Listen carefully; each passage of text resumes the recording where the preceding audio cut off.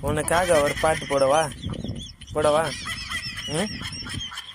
ஏ பார்வை உன்னோடு உன் பொம்மை கண்ணோடு பேசாம முகரு கட்டா மூஞ்சி வச்சு உன்னோடு அடி போடி அம்மா வீட்டுக்கு போடி அடி ஓடி ஓடி அம்மா வீட்டுக்கு போடி நீ போடி